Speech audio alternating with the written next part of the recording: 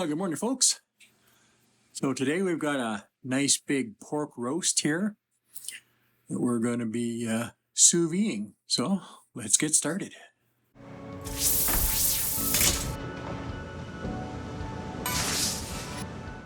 All right, so I've already done some prep here.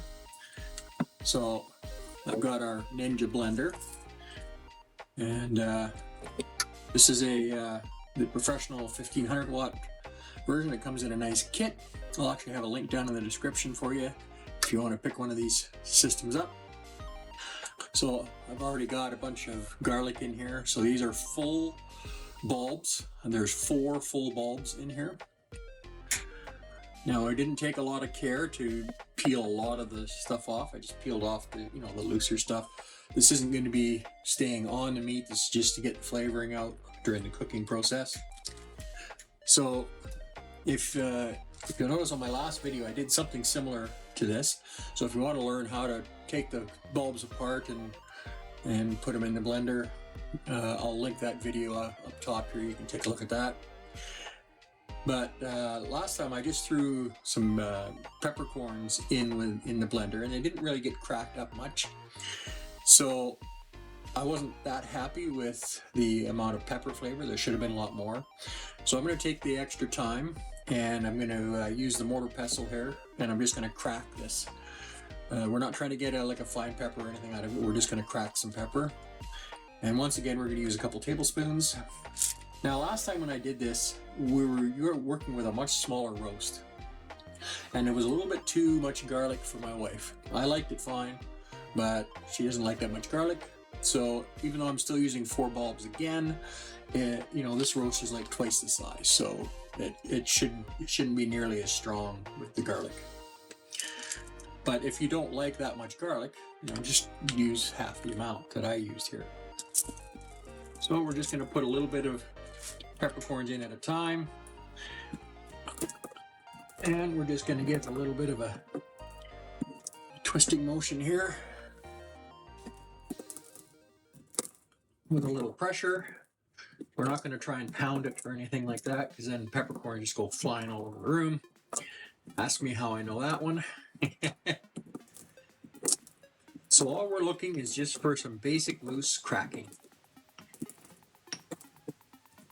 Now there is a huge difference in flavor and aroma between ground pepper that's been kept in a jar, something that you bought from the store, and fresh cracked pepper like this. I just wish you could smell that. It smells incredible. So we're going to pour that in, then we're going to do a little more.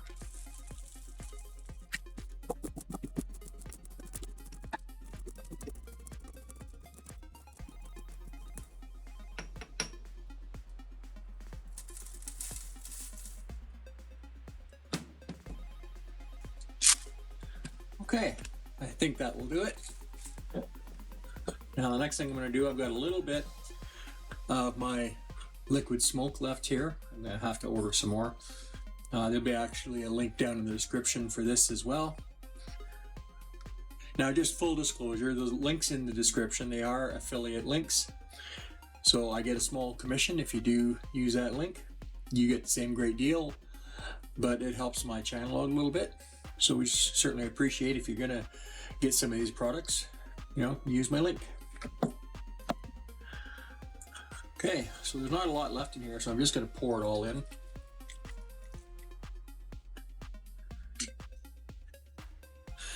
This is pork after all, so it's kind of a necessity to have some smoke flavor if we can get it, since we don't have a barbecue. We're in an apartment. And I'm just going to pour some salt in. I'm not bothering to dry brine or salt pork. When you're doing sous vide, I watched a video recently from Guga Foods, or actually Sous Vide Everything, same guy, and he's saying he's done some experiments, and dry brining isn't really necessary when you're doing a long sous vide cook. If you're doing a short one, that's different. But this one, we're going to be sous videing this for 48 hours. Now on this particular Ninja, there's a little arrow on the handle right here, and there's a little arrow on the lid. So you want to make sure you line those up. There's a locking system in here, so when I put the handle down, it actually locks it in place. You can't get it off until you press the release. Okay, now this time I'm going to remember to turn on the power before trying to do anything.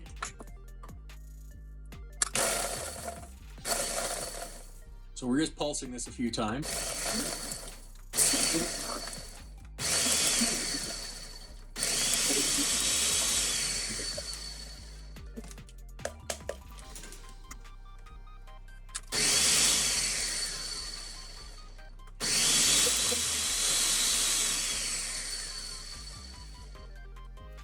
Okay.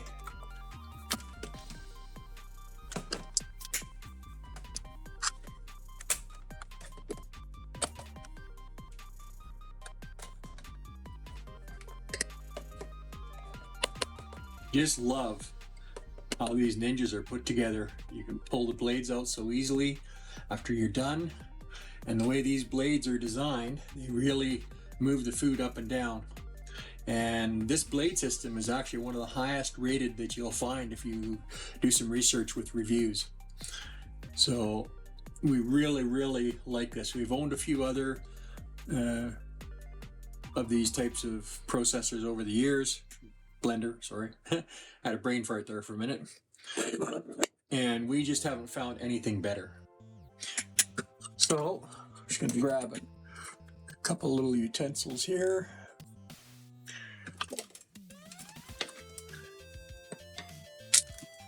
Okay, so all we're going to do is we're just going to spoon this into the bag. Now these are some really large freezer bags that we actually froze the pork in, so figured there's no reason to take it out of the bag and mess around and then have to put it back in the bag, so just going to leave it the way it is. I'm just going to pull this over a bit so the seal doesn't get messed up. And we're just going to spoon this around the roast here.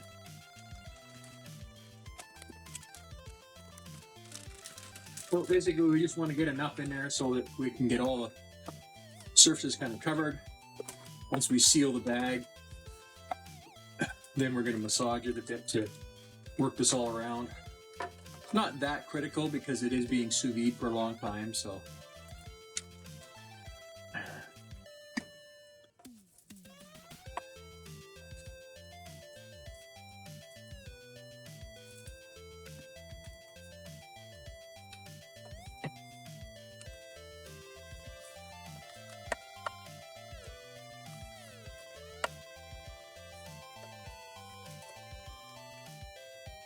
Oh, it's a little awkward.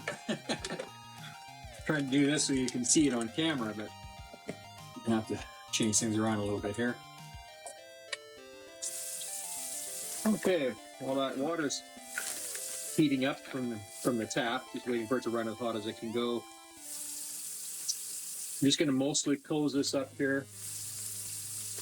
Now, rather than trying to suck the air out like I normally do, I learned a new method. It's called the water displacement method, but I'll show you that in a second.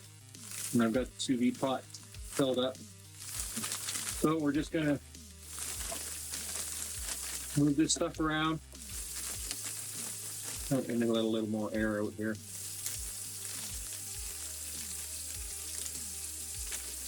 And we're just going to get it rubbed into the surface as much as we can.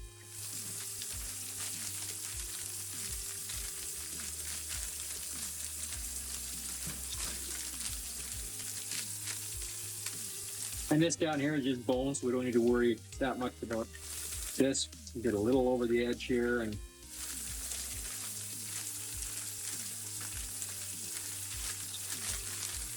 okay, that water should be hot. We'll fill up the sous vide pot. I'm not using that little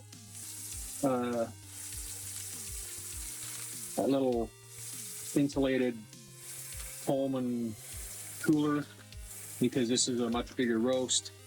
So we're going to need a little more room to play with. All right, so I'm probably going to have to add a little bit of water to this, but this roast is pretty big. So I'm just going to adjust the camera here for you. So this is this water displacement method I was telling you about. So we're just going to set this in. It looks like that's going to be close to enough water. We're just going to open the bag in the middle a little bit, and we're just going to push this down. And the water pressure on the bag is going to force most of the air out of it. Can't get it quite deep enough to get a full displacement, but good enough. Good enough for government work, as they say. And we'll mount our sous vide machine.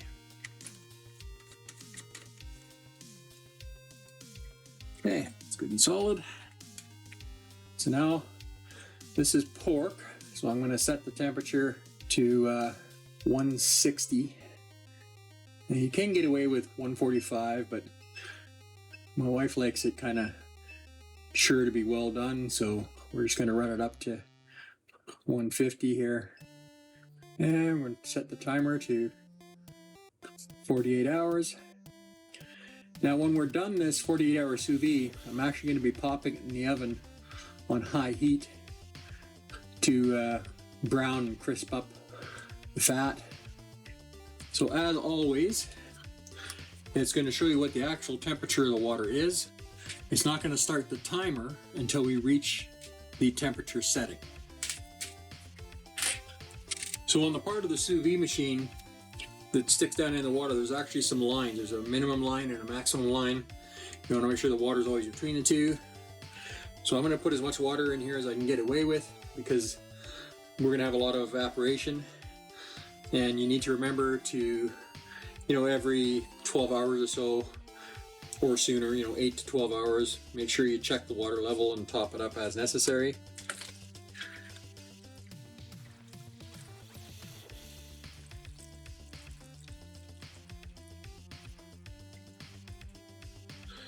Okay. So, bring you back when we're ready to take it out and put it in the oven. We'll see you in a minute. Okay, so we're done our 48-hour sous vide here, and you see all this kind of scum on the water. I think what's happened is one of the bones in the bag, I think, might have punctured it during the cook. So this is something to watch out for, but hopefully we didn't get a bunch of water in the bag that would have diluted the flavor. Even if we did get some water in the bag, hopefully it won't mess things up too bad. So I'll bring you back in a little bit once I've pulled the roast out and dried it off, and then we're going to do a couple other things before we put it in the oven. So we'll see you in a second. Okay, yeah, there was definitely a big leak in the bag, so I had a bunch of water in there. Now, it was kind of mostly contained, but we'll have to see what happens after we're done cooking this thing. And the fat was kind of falling off, so we've got that big slab that just kind of fell off when I started trying to pat it dry. But we've got a little bit of a fat cap left on here, and it's definitely very soft and wanting to come off the bones and everything, so we're gonna have to handle it pretty delicately from this point. But we're basically gonna score the fat. We're gonna put it in the oven for a while to crisp up those outer edges. Okay, so I'm preheating the oven to 500 degrees, and while that's preheating, we're just going to score through this fat a little bit.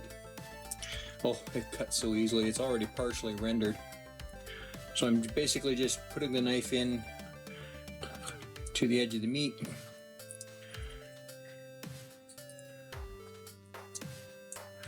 By the way, this piece here, we're not going to be throwing that away. We'll be saving that and rendering it later.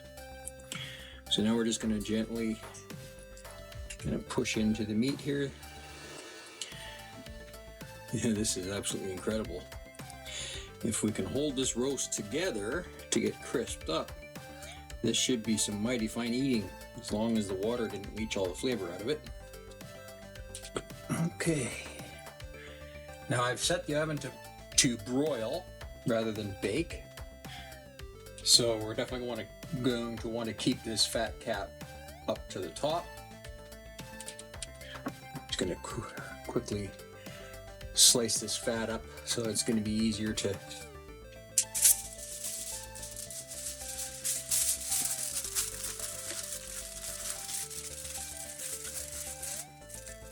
okay, it can go in the fridge for later. Okay, so the oven is not really up to temperature yet, but that's okay. We can put it in the oven. And I'm going to let it go for about an hour is my initial plan, but I'm going to check on it every so often with a much thinner fat cap. We might not want to put it in for a whole hour, so I'm just going to check back on it every few minutes, see what it's looking like.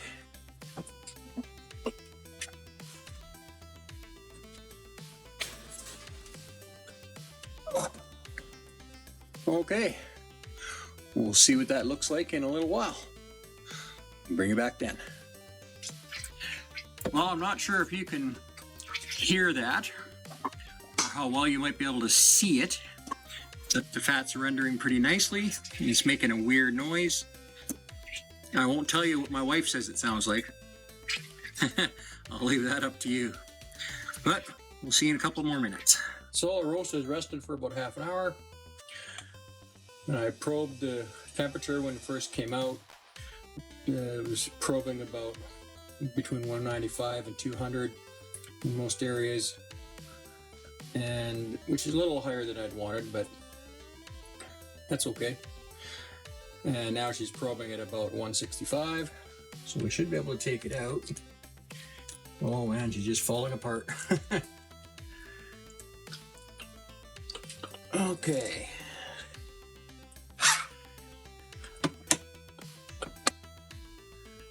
Now I'm going to pour off our rendered grease here. I always save this for cooking. Ooh, might actually have too much.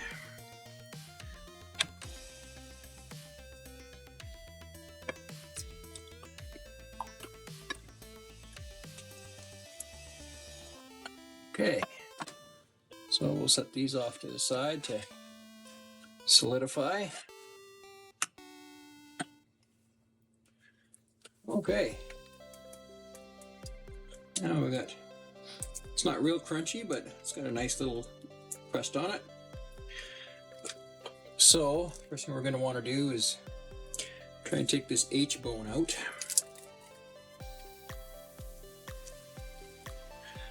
So this roast is actually from the shoulder, the front shoulder. So technically, I guess it's called a pork butt.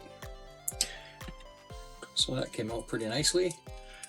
And then we've got some little rib bones here.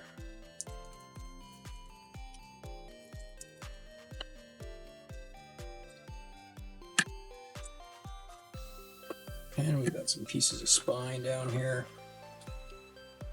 Larger ribs.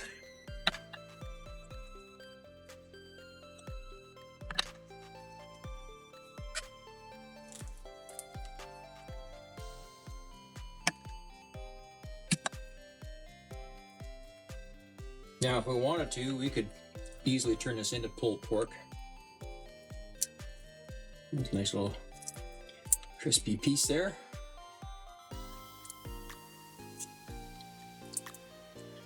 Just grab a couple pieces for taste testing.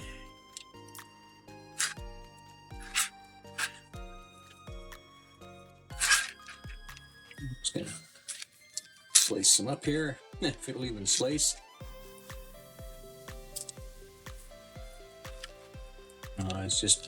It's just turning into pulled pork, basically. But I guess that's not unexpected for the amount of cooking we did with it. So first I'm going to grab one of these little crispy pieces here, or kind of crispy pieces. See what this tastes like. Mmm.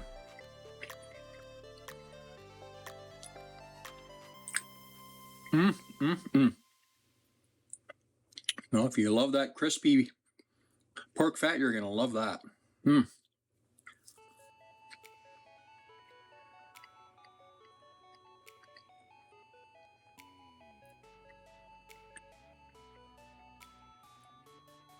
Now, it's not crispy enough to be really crunchy or anything, but it's certainly has that taste. Try a little chunk of this meat from the outside edge.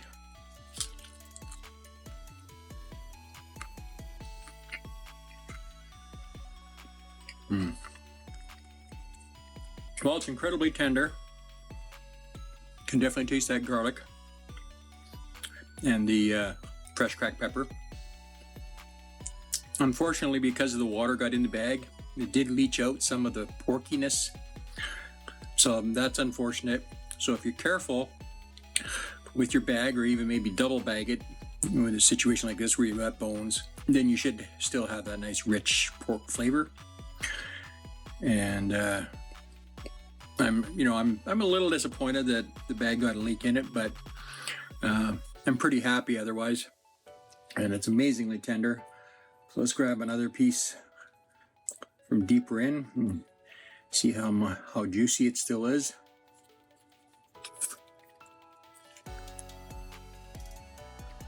Oh.